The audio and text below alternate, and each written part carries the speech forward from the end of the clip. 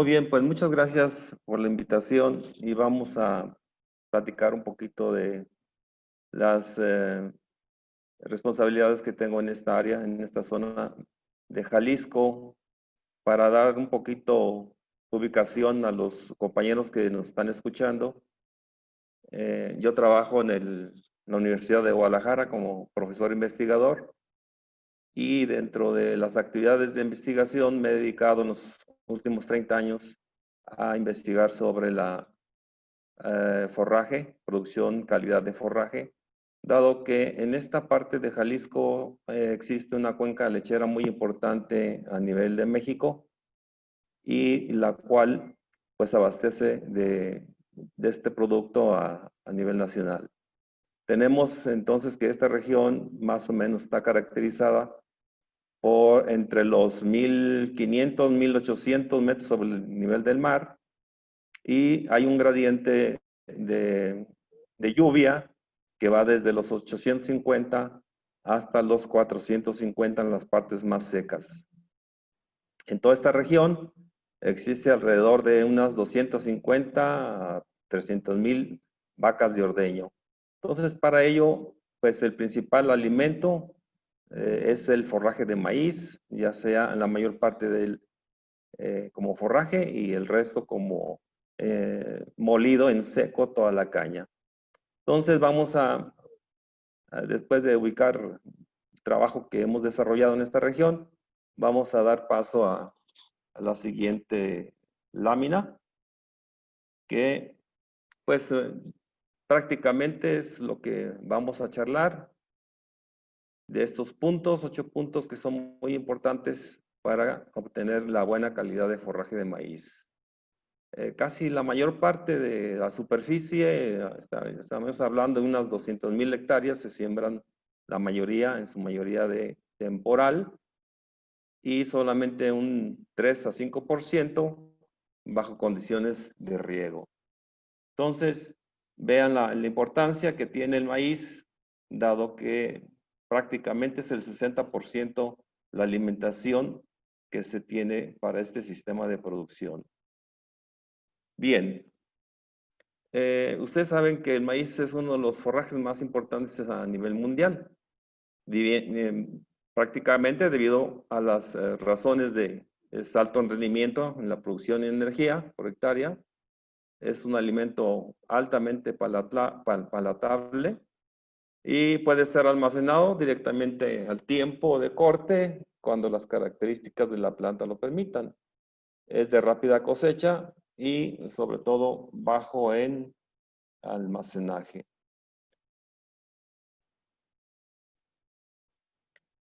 Pero para esto, bueno, ¿qué es un forraje de calidad? Podría decirse que es una extensión del potencial de un forraje que produce una apetitosa respuesta al animal. Algunos factores que influyen en la calidad de forrajera, pues están los siguientes, pues obviamente que los contenidos de materia seca, de los carbohidratos estructurales y los no estructurales. Pero también esto influye mucho en la digestibilidad tanto del tallo de hoja, que a la vez va muy relacionado con el consumo de la materia seca y obviamente que esto va muy relacionado también con la palatabilidad, llámese el olor, sabor, textura, humedad. Entonces todo esto está influyendo en la calidad del forraje.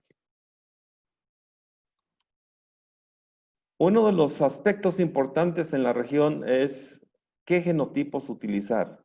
Existe en la región muchas empresas que están compitiendo cada año con nuevos productos, genotipos que son evaluados, en este caso, por muchas empresas, pero a la vez me interesa a mí evaluarlos bajo las condiciones en las cuales el propio productor las desea observar.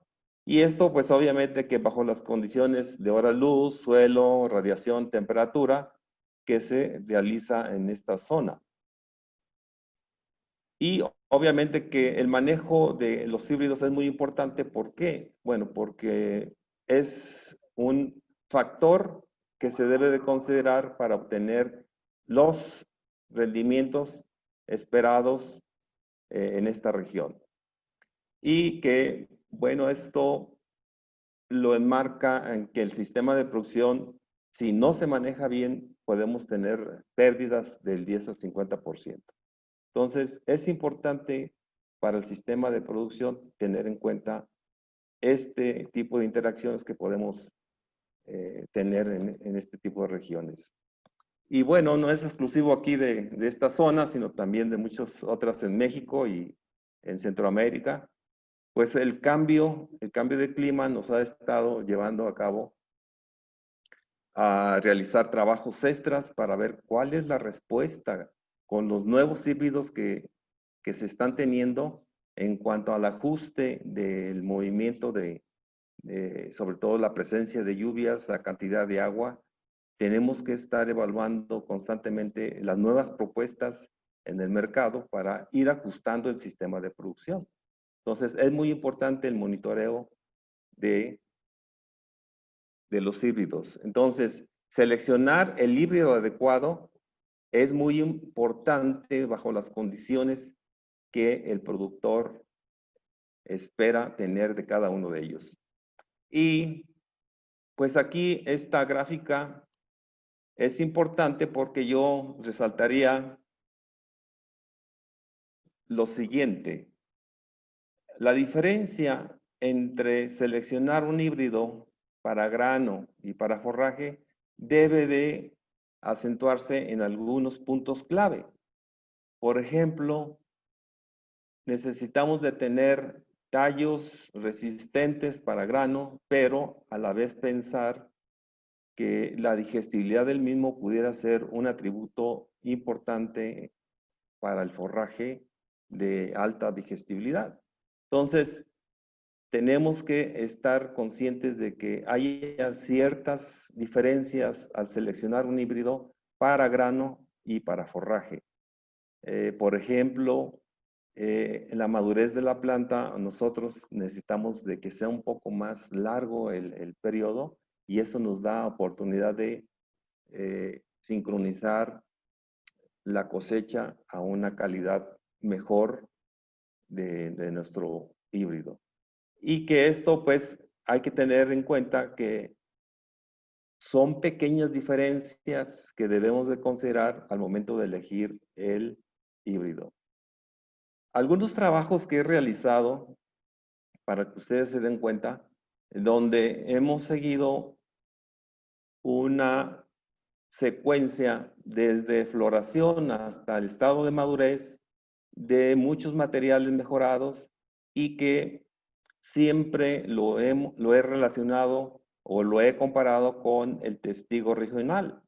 En este caso, este es un criollo en el cual es muy bueno porque nos va dictando cuál es la tendencia del comportamiento en estación de crecimiento. Muchos de los híbridos que actualmente se tienen tienen un comportamiento muy parecido, aunque todavía están lejos de tener la respuesta que el productor desea observar en los nuevos materiales, en los nuevos híbridos. Entonces, este es un reflejo de cómo este material acumula la materia seca más rápido que cualquiera de los híbridos en el mercado. Desafortunadamente, este material se dobla mucho, tiene mucho acame de tallo de raíz, y ese es uno de los inconvenientes que el productor no le gusta. Esta es la respuesta a la acumulación de materia seca de los diferentes materiales, y que repito, hay materiales, por ejemplo, este de Cal 2023, que tiene la consistencia, que tiene la percosidad, en la cual ha superado al check, al testigo que utilizo en las pruebas de evaluación. Así también complemento los estudios de campo con la calidad de los forrajes atendiendo pues a que una buena calidad se va a ver reflejado en los índices que considero yo una estimación de lo que me podría dar cada uno de los materiales híbridos en producir la cantidad de materia seca, atendiendo, vuelvo a repetir, a la precocidad de los materiales. Es muy importante aquí en la región tener en cuenta eso y en otras regiones también, tener muy presente que la precocidad no va peleada con la cantidad de materia seca por tonelada que se pueda producir. Y tener en cuenta también la calidad de la misma que nos va a dar la seguridad del buen forraje. Entonces, ese monitoreo se hace a través de los años y que en las evaluaciones que hemos tenido durante mucho tiempo, podemos nosotros tener rangos desde los 80 hasta las 28 toneladas de materia verde, 25 a 11.1 toneladas de materia seca, y así nos vamos observando cuál es el comportamiento de los híbridos que se han estado evaluando en muchos a través del tiempo. Entonces, siempre hay que tener en cuenta que en esta tabla podemos nosotros establecer los límites de un buen forraje, de un forraje excelente, un forraje bueno, regular y malo. Y eso, pues siempre lo tenemos en cuenta para ir seleccionando aquellos materiales y además recomendando aquellos híbridos que den este sentido de tener un forraje de buena calidad. Entonces, es importante tener en cuenta estos datos porque de ahí depende el éxito de la buena producción de forraje. Vean ustedes también una situación importante es que en la evaluación de los materiales siempre es recomendable tener un % de mazorca mínimo de 50%, es decir, la producción de hoja a tallo debe de ser 50-50 y esto nos va a asegurar que vamos a tener materiales con un alto contenido de energía. Entonces, qué bueno fuera que todos nuestros materiales de aquí partieran del 50% de mazorca. Entonces, esto nos asegura, repito, una buena producción de forraje. En campo, nosotros hemos estado evaluando a través de las evaluaciones muchos híbridos y que nos hemos apoyado últimamente en un auxiliar de campo, que en este caso es un refractómetro, en el cual medimos los azúcares totales. No es un análisis hasta cierto punto confiable, pero cuando menos nos da una idea de qué dulzura tienen tanto el tallo como el elote. En este caso, muestreamos las parcelas y aquí nos damos cuenta la cantidad de azúcares totales que traen cada uno de los materiales. Entonces, es importante esto porque esto nos va definiendo la preferencia sobre algunos materiales y que esto es también una respuesta a los mejores híbridos desde el punto de vista que van a fermentar mejor.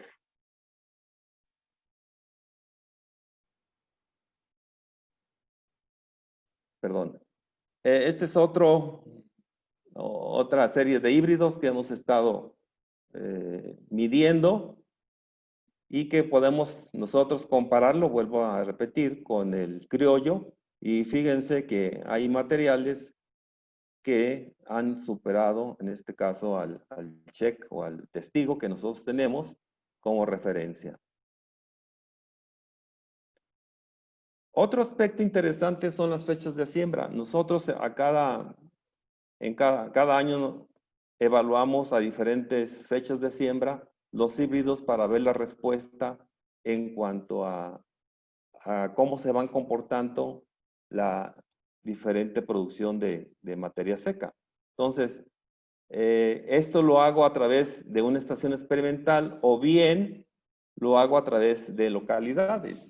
En este caso, una de las localidades, tenemos la producción de materia verde y esto nos da una idea de cuánta materia verde vamos a producir en una localidad muy emblemática de la producción de leche.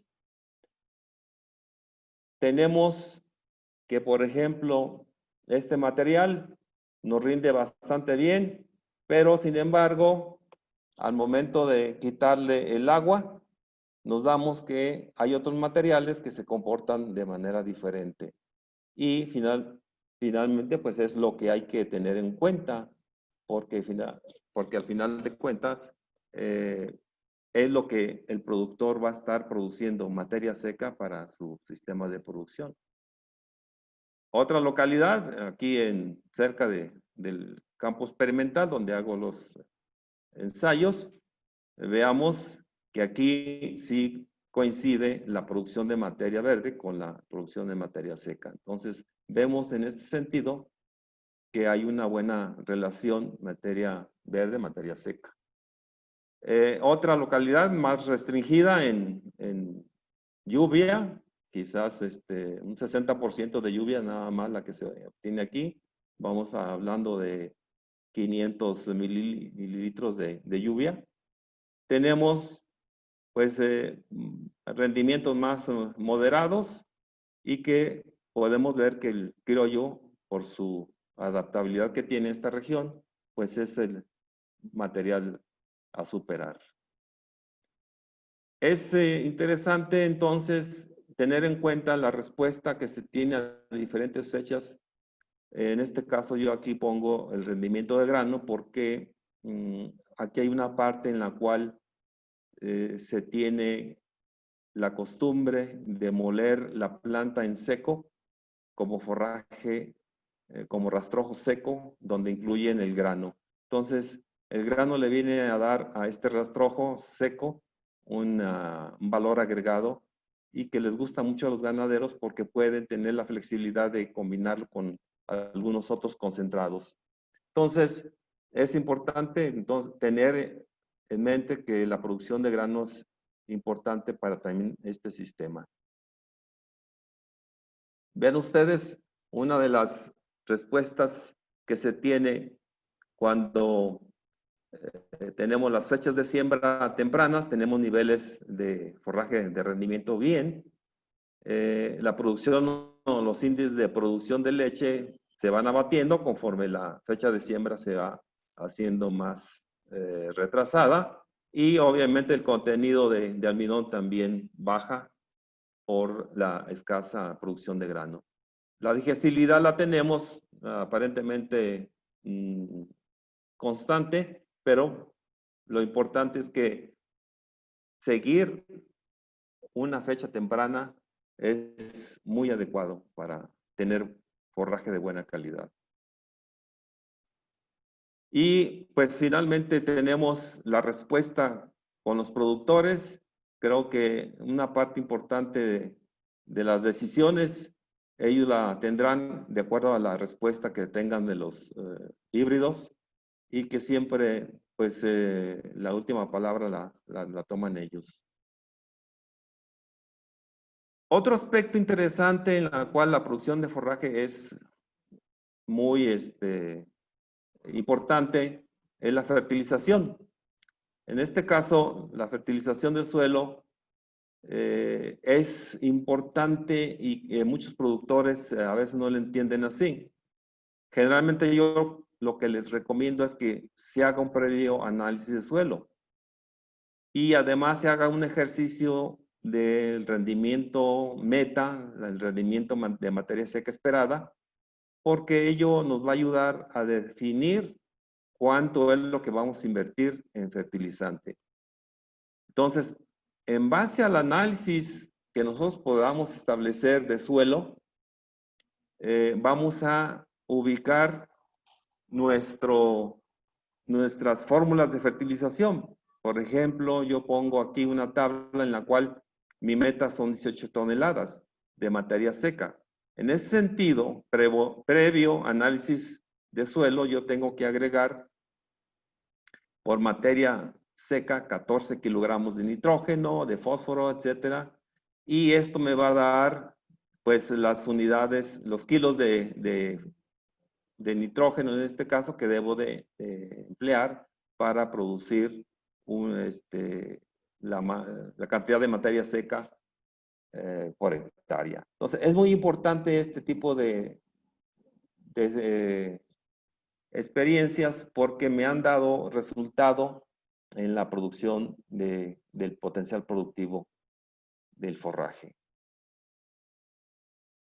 Otro aspecto en la cual nosotros podemos establecer una diferencia muy grande son las densidades que vamos a establecer por unidad de superficie y que pudiera ser el punto de partida para cambiar los niveles de rendimiento.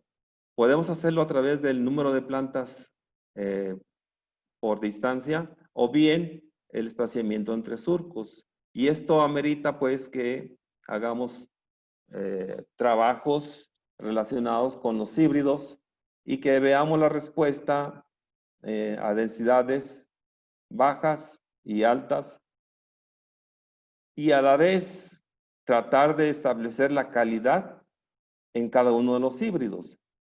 Y esto pues me ayuda mucho porque me da una idea de que ejemplos de los nuevos híbridos se comportan de una manera muy diferente a hace 20, 30 años, que no teníamos información de cómo se comportaba un híbrido cuando la cantidad de plantas por hectárea se incrementaba.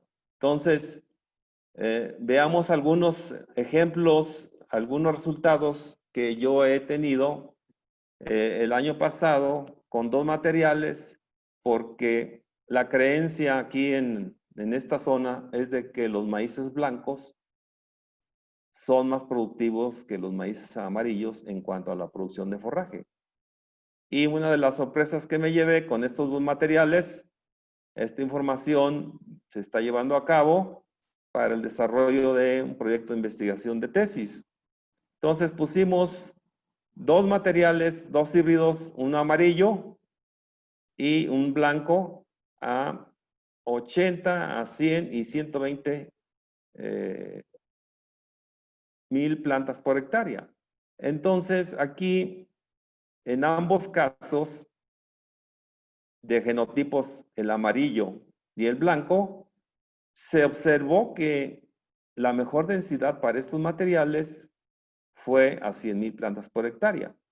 Falta la parte nutricional que está en proceso de obtenerse, pero eso fue una de las observaciones que pudimos tener en este año pasado, que la diferencia pues no es tan notoria para en este caso, pero que sí nos da una idea de que materiales amarillos vienen empujando muy fuerte la respuesta a la producción de forraje.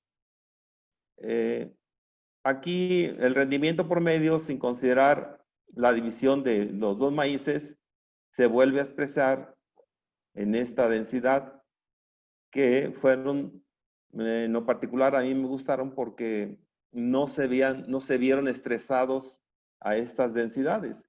Entonces, es parte de observar el comportamiento. Complementario a este trabajo, yo estuve viendo algunas otras características. Quizás por la cuestión de tiempo ahorita, les presento la longitud de la mazorca a las tres densidades que se establecieron y vean ustedes, en el caso de las densidades, pues sí hay diferencia estadística. Sin embargo, si nos abocamos aquí, ignorando las densidades, podemos ver que el genotipo amarillo, en este caso, resultó más beneficiado que genotipo blanco. Entonces, ese es un indicio de que podemos nosotros hacer ese cambio de densidad para poder aprovechar más la capacidad. Repito, lo que he observado en este cambio de nuevos híbridos es que ya el margen de diferencia de un maíz amarillo a un blanco, pues ya son márgenes muy reducidos. Esa es quizás una de las ventajas de los nuevos híbridos. Vean aquí la tendencia en esta misma característica de longitud. Vemos que en el caso del amarillo tenemos esta respuesta y en el caso del blanco tenemos la respuesta a esta línea donde vemos la disminución del tamaño de la longitud de la mazorca y que pues ese es uno de los complementos que hay que seguirle a los nuevos híbridos. Este es un estudio que se hizo allá en la región lagunera, en donde se compararon tres híbridos y que vemos la respuesta de algunos de ellos en la cual no se esperaba esta respuesta. Tenemos la otra, cómo se comportan otros híbridos, bajan en lugar de sostenerse, y que pudiera ser un campo en el cual nosotros pudiéramos establecer ventajas con los nuevos híbridos que, repito, es interesante observar. El control de plagas es muy importante para tener una calidad del forraje. Entonces,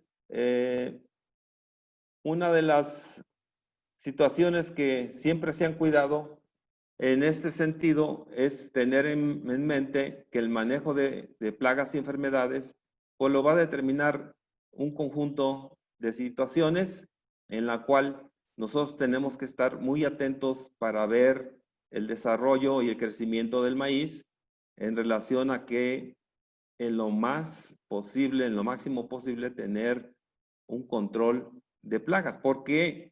Porque realmente a veces la oportunidad de las plagas, pues en un ratito, si no tenemos el control adecuado, pues se nos viene abajo la producción de forraje. Entonces, quizás aquí la idea es que nosotros estemos conscientes de que ya hay un abanico muy fuerte de productos para poder controlar cualquier plaga, o bien algunos productos que nos ayudan a minorizar las enfermedades, en este caso de la producción de forraje. La clave de obtener una cosecha adecuada de forraje es establecer algunos parámetros que nosotros tengamos en la relación de maíz, grano, forraje. Si nosotros hacemos un análisis de todo lo que de todo lo que contempla la digestibilidad de la planta, del grano, de la cinética que hay en relación a la digestibilidad de los forrajes, tenemos que encontrar ese balance para poder nosotros tener esa calidad de forraje que vamos nosotros a determinar. Entonces, siempre hay que tener ese balance que les mencionaba, que va muy cerquita, 50-50, hoja-tallo, elote, para tener una riqueza en el ensilaje y que nos va a dar seguridad de que estamos produciendo buena calidad del forraje.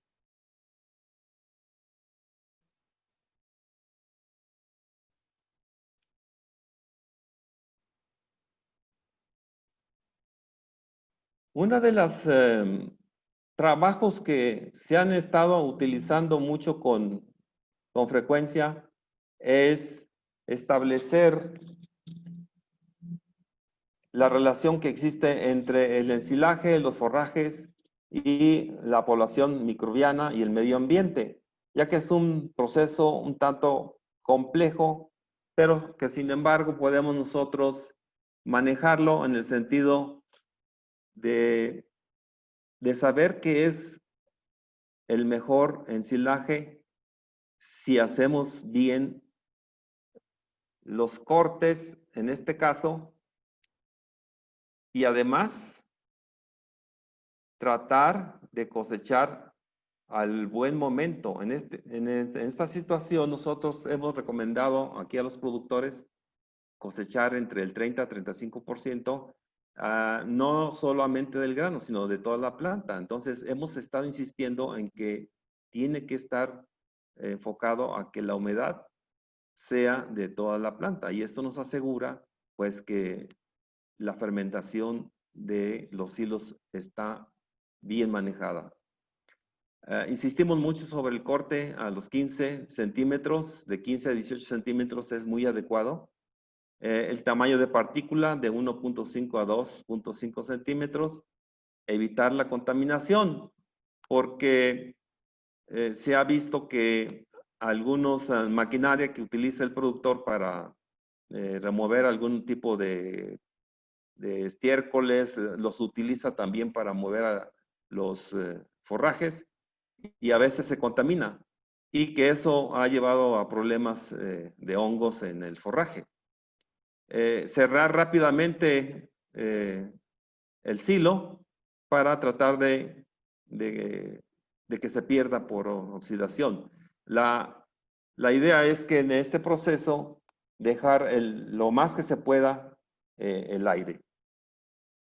Evitar que en esta primera etapa, en una forma muy sencilla, evitar en esta primera etapa que el oxígeno prevalezca en esta fase, y que poder darle la fermentación adecuada a nuestro silo para que una vez que el pH que nosotros tengamos en esta situación sea lo más bajo posible para poder conservar mejor nuestro forraje. Eso es una situación que nos conlleva a tener un control más de calidad en nuestros ensilados.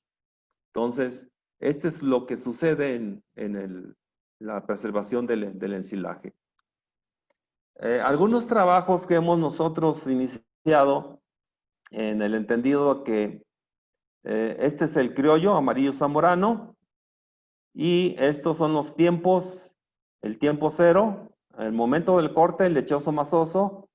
Se hizo un trabajo comparativo con un maíz mejorado, y en la cual pues se tenía la premisa de que los microorganismos que están en un maíz criollo, el maíz nativo de la región, son muy diferentes a los que la carga microbiológica que tiene un maíz mejorado.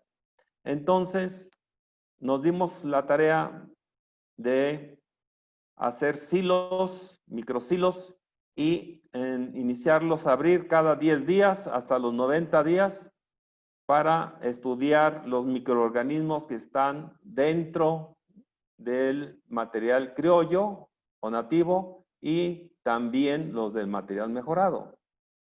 Obviamente que todo ello nos llevó a unas cosas, a unos resultados muy interesantes desde el punto de vista cantidad de microbiota observada en cada uno de los materiales.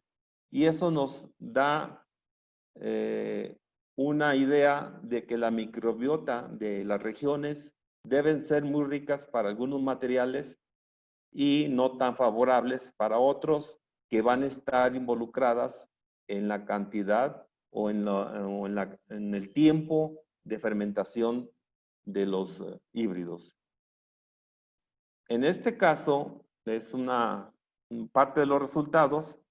Vean la parte azul, que son los primeros bacterias acidolácticas que se tienen durante el proceso de fermentación. Entonces, aquí lo que estamos viendo es el género y especie a través de la metagenómica que estudiamos del ADN de cada uno de los de la microbiota. Es diferente un material mejorado a un material nativo.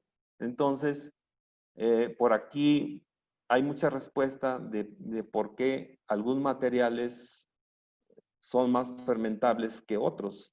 Esta es quizás una de las respuestas a las cuales llegamos en este caso de los trabajos de forraje. Y bueno, una de las puntos claves, la llenada rápida del silo nos conlleva a tener pérdidas menores si lo hacemos al momento. Repito, aquí la idea es que tengamos un 65 de 30 a 35% de humedad para el momento del corte. Eso nos conlleva que, por ejemplo, si hacemos nosotros silos al 70%, vamos a tener pérdidas y menores al 60% vamos a tener problemas de hongos. Debo insistir, tratar de evitar la contaminación, la altura de corte, los 15 centímetros y las maquinaria, tener lo más limpio posible.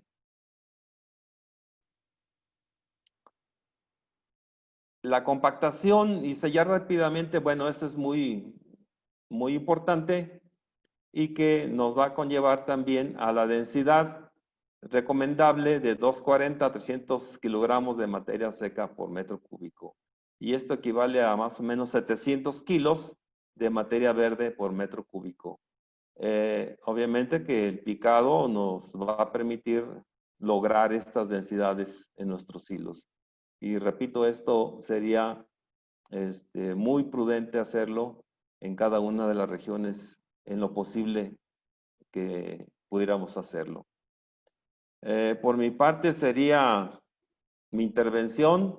Espero sea claro el mensaje y pues adelante, Claudia Moreno, compañeros que están participando. Muchas gracias, Humberto, por tu presentación. Vamos a dar paso a las preguntas que se formularon en el chat por parte de los participantes.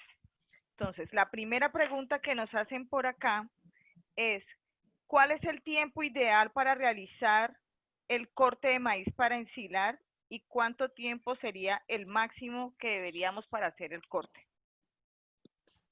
Bien, aquí va a depender mucho del equipo que se tiene en cada lugar. Aquí yo en la práctica he tenido experiencias y le recomiendo que sea en estado lechoso masoso, que si ustedes aplican más o menos a partir de floración, pudieran tener de 10 a 12 días, más o menos, para llegar a esas etapas. A partir de floración, agreguen 10 días, 12 en cada etapa, R1 floración, R2, y entre R3 y R4 pudieran establecer la fecha de corte. Es importante que, por ejemplo, en algunos híbridos existe la maduración más lenta. Hay que tener mucho cuidado porque no todos los híbridos mantienen esa dinámica. Entonces, hay que tener siempre presente que a partir de la floración tenemos ese rango de exploratorio y que yo diría que debe de andar, por ejemplo, si hablamos de trópico, a partir de los 58, 60 días que florea en trópico, a los 90, 98 días debe de ser la etapa de corte. Aquí en estas regiones de semialtura, los cortes deben de ser de 120 a 125 días. Esas son las fechas de corte más adecuadas. Gracias, Humberto. Otra pregunta. En cuanto a porcentaje de proteína, ¿cuál material posee más porcentaje? ¿El forraje de maíz amarillo o el forraje de maíz dulce?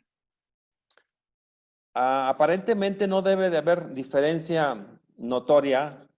Aquí va a depender mucho del tipo de grano que se esté evaluando. Por ejemplo, los maíces dentados, semidentados o cristalinos tienen una pequeña diferencia, pero con los trabajos que estoy desarrollando, la diferencia entre un maíz amarillo y un maíz blanco ya es muy poca. Aquí va a depender mucho de la costumbre de los productores porque les gusta ver el maíz amarillo en su forraje. Entonces, hay que tener en cuenta que la cantidad de grano nos va a dar la cantidad de proteína que ocupamos en nuestros rastrojos y en nuestros ensilados.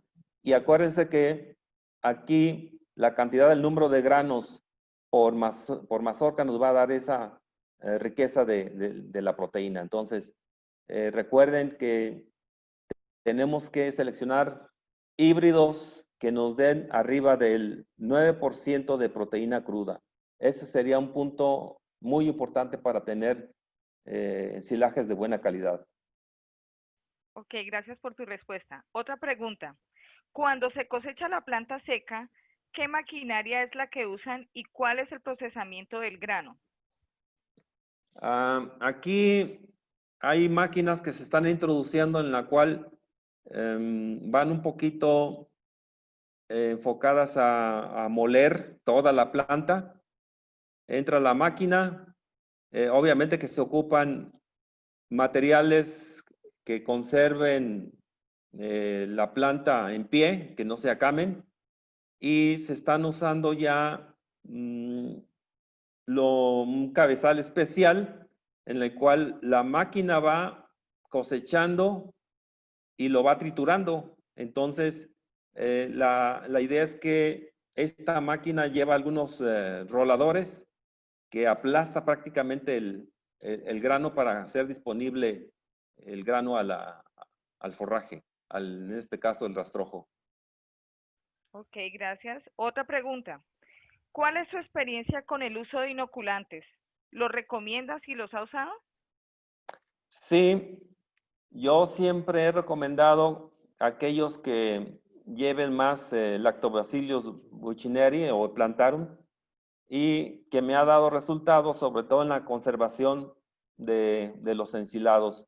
Esos dos los he usado, me han dado resultado y que pues esto conlleva también a que si un maíz teniendo la cantidad suficiente de elote, no hay por qué usar los aditivos. Creo que esa es una buena medida. Sin embargo, no estoy peleado con los aditivos y que, bueno, quien pueda tener acceso a los aditivos, adelante. Si no, pues teniendo una buena calidad de forraje, se ahorran ese gasto. Ok, gracias. Otra pregunta. Nos dicen, ¿han realizado pruebas de cosechar con grados Brix en lugar de solo humedad para mejorar la calidad del silo? Eh, esta práctica de los Garros Bricks nació porque hay gente que se dedica a vender estas elotes como verdura para cosecha en verdura y le ha funcionado. Hasta ahorita nada más sé de 2, 3 productores que se han estado orientando con este aparato para poder cosechar al mayor contenido de azúcares. Repito, este es un indicativo en campo muy rápido, pero que no sustituye los análisis de calidad de los maíces. Entonces, pues como una prueba exploratoria, yo la uso, me ha funcionado y pues realmente es un indicativo de la calidad de mi forraje. Ok, gracias. Humberto, desde tu experiencia, ¿cuáles son los resultados en términos de producción y calidad nutricional del forraje de maíz versus el forraje de sorgo? Bueno, aquí lo que he comparado algunas ocasiones, uno está en función de la cantidad de materia verde que se produce de maíz comparativamente con la de sorgo. Se utiliza más el sorgo en áreas restringidas de humedad. Yo lo he utilizado en áreas donde la precipitación pues es raquítica, muy esporádica, que sin embargo se ve limitado un poquito por la cuestión de los herbicidas. No son a veces herbicidas muy específicos y que sin embargo, a pesar de que el productor sabe de que el sorgo le va a dar más, sigue prefiriendo el maíz por el hecho de que le da más flexibilidad en varios aspectos. Es decir, quizás la facilidad de almacenarlo, la facilidad de comercializarlo, la facilidad de que ya en las dietas de las vacas prefiere el maíz que el sorgo. Entonces, son muchos factores que influyen en la decisión de usar sorgo o maíz. Ok. Nos hacen otra pregunta.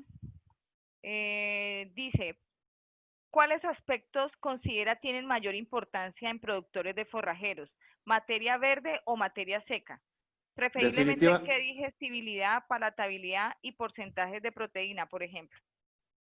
sí, definitivamente, acuérdense que las fórmulas que se establecen para las ganado lechero se hacen en base a materia seca.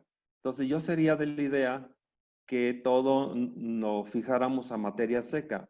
Les digo una situación muy curiosa que pasa por aquí en la región, de que muchos productores al momento de vender su silo lo venden húmedo. Entonces ahí el comprador compra mucha agua. El día que ya está empezando a limitarse esas ventas porque ya se están limitando a que sea la materia seca que se compre. Entonces ahí va a cambiar mucho el patrón de venta del forraje. En cuanto a la proteína, yo diría que una proteína de un forraje que sea mínimo de 9 debe de ser un forraje de buena calidad. Y eso le va a dar la palatabilidad, se lo tiene que dar en un buen proceso de ensilaje. Hay productores que no dejan terminar el proceso de fermentación adecuado por la demanda tan grande que tienen de usar su ensilaje y que pues se ha visto que la fermentación a los 30 días ya está bien fermentado su ensilaje. Entonces, mínimo dejarlo un mes el proceso de ensilaje para poder tener esa calidad y esa palatabilidad del forraje. Otra pregunta. ¿Qué humedad tiene el grano en ese momento preciso? Me imagino que es el momento de corte. Sí, el grano debe de estar entre el 35 y el 40% de humedad de grano al momento de corte de estado lechoso masoso. Doctor Humberto, nos preguntan, en el cuadro que usted mostró en la presentación dice que es malo el silo entre el 8 y 12% de proteína bruta. Entonces, ¿de dónde se saca el 9% el porcentaje del 9? Bueno, aquí lo usamos en el sentido de, una vez analizado la materia seca en el análisis bromatológico, me estoy refiriendo al análisis de proteína cruda que nosotros analizamos a través de un medidor que se llama LECO, que nos mide la proteína del forraje. Ok. Doctor Humberto, ¿qué piensa del ensilaje en mezcla de gramíneas, o sea, el maíz, con una leguminosa, por ejemplo, soya? Sí, es muy buena, solamente hay que tener cuidado aquí en debemos de encontrar el punto óptimo de los dos cultivos, ¿sí? La idea es que tengamos el suficiente energía y la proteína que nos va a brindar la leguminosa. Sí hemos encontrado algunos productores que ensilan maíz asociado con frijol, pero aquí es un poquito complicado el manejo de los herbicidas. Entonces, cuando prácticamente son dos cultivos a la vez, funciona muy bien, pero repito, se complica un poquito por el manejo de los herbicidas, en este caso, en ambas especies. Ok, otra pregunta. ¿Cómo hacen el manejo de enfermedades fungosas en los maíces para silo? Bueno, aquí monitoreamos a través de los silos la presencia de hongos, principalmente Fusarium, porque hay variedades susceptibles a Fusarium en tallo y que estamos monitoreándolos a través de kits presentes los analizamos a través de ELISA y determinamos la cantidad de partes por millón de aflatoxinas, de fuminicinas, y que se da más en forrajes secos por el hecho de que las mazorcas traen una gran cantidad de fusarium. Entonces, se está monitoreando, hay trabajos, hay reportes en donde se tiene la cantidad de fuminicinas presentes en los forrajes. Entonces, sí se hace, además que se correlaciona mucho con la cantidad de humedad que existió durante el desarrollo del cultivo de maíz. Y pues eso es lógico esperar cuando se tiene mal manejo de los forrajes. Ok. Doctor Humberto, ¿qué opina de adicionar un enraizador a la semilla al momento de tratarla? Mm, Pues es bueno, sé que hay algunos productos, yo he usado algunos productos de del portafolio de Syngenta y me han resultado que aparte de proteger la semilla, he visto un vigor extra y que si pueden usarlo, hay que usarlo, porque repito, le da protección a las raicillas y eso hace que tengamos un mayor número de raíces para poder aprovechar mejor los nutrimentos del suelo. Si se puede hacer, yo estoy de acuerdo. Doctor Humberto, para terminar, ¿a las cuántas unidades de calor recomiendas para ensilar el maíz y en qué porcentaje de materia seca lo recomiendas? Bueno, tengo experiencia en eso. Las unidades calor las he medido a las 1250 unidades calor he cosechado y no todos los materiales alcanzan esa cantidad de unidades calor, pero debe de estar entre 1200 y las 1300 unidades calor para poder tener un material adecuado. Y volver a insistir, entre el 30 y 35% de humedad en materia seca es lo más recomendable. Ok, última pregunta, doctor. ¿Han hecho las combinaciones del maíz con pastos de alto contenido proteico arriba del 16% de proteína con el maíz como fuente de energía? Ah, sí las he hecho, solamente que hemos usado pastos más rústicos, en este caso el pasto estrella africana. No hemos usado algún tipo de ryegrass, pero bueno, aquí las dos situaciones es que pues son dos gramíneas que yo iría más por la pregunta anterior en la cual se pudiera combinar una leguminosa con una gramínea. Estaría más de acuerdo ahí. Sí hemos hecho trabajos de combinar pastos con maíz, pero bueno, pues son dos de la misma familia, pues sería pues un tanto, habría que balancear qué tanto ganaríamos con una u otra especie. Doctor Humberto, muchas gracias por sus respuestas. Hemos llegado al final de nuestro webinar. Recibirán una encuesta para que ustedes puedan calificar este espacio y puedan brindarnos recomendaciones sobre temas que sean de interés para ustedes. las preguntas que no dimos respuesta en este chat, vamos a hacérselas llegar vía correo. Tenemos sus contactos al momento de la inscripción y a todos muchas gracias y que tengan una feliz tarde.